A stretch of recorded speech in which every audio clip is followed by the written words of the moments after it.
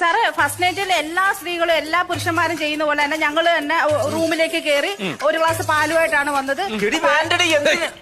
ചുമ്മാ ചേട്ടാ ചേച്ചി പറയട്ടെ പാല് കുടിച്ചു കഴിഞ്ഞപ്പോ അങ്ങോട്ടും ഇങ്ങോട്ടും വർത്താനം പറഞ്ഞു കുറച്ചു നേരം ഇരുന്ന് സംസാരിച്ചു കഴിഞ്ഞപ്പോ പറഞ്ഞു എന്നാ ലൈറ്റ് ഓഫ് ചെയ്യാന്ന് പറഞ്ഞു ലൈറ്റ് ഓഫ് ചെയ്ത് ഞങ്ങൾ കിടന്നു.